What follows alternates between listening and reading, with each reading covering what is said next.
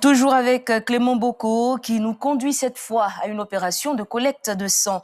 Nous le savons tous, la Côte d'Ivoire n'est pas autosuffisante en produits sanguins malgré les efforts de la banque de sang pour couvrir les besoins de la population. Le gap à combler reste important. Alertée, la jeune chambre internationale Abidjan Émeraude et la mairie de Cocody mutualisent leurs forces pour collecter des poches de sang afin d'aider à combler le déficit de sang. Regardons.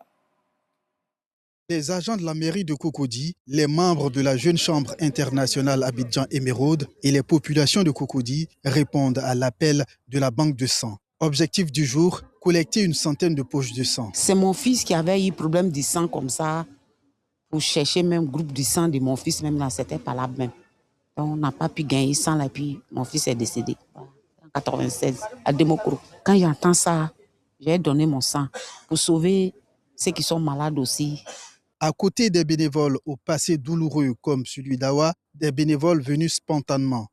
Oui, j'étais venu pour ma glycémie et puis bon, on m'a dit de faire le don. Donc je suis venu faire pour la bonne cause, quoi. Mais il n'y a pas que le don de sang ce jour.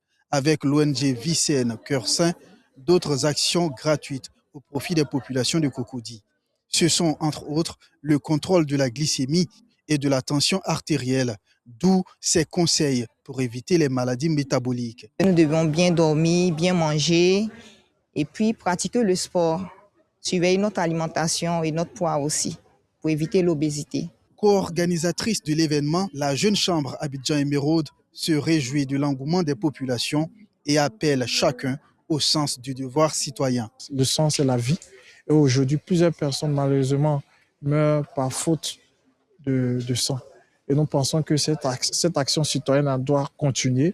De là, ils sont, de là, ils nous voient, pour que vraiment la banque de sang puisse être approvisionnée et que cela puisse aider des personnes qui souffrent, des personnes qui ont besoin de sang pour vivre. Avec 160 000 unités prélevées pour les besoins annuels estimés à 250 000, il manque près de 90 000 poches de sang chaque année selon le Centre national de transfusion sanguine.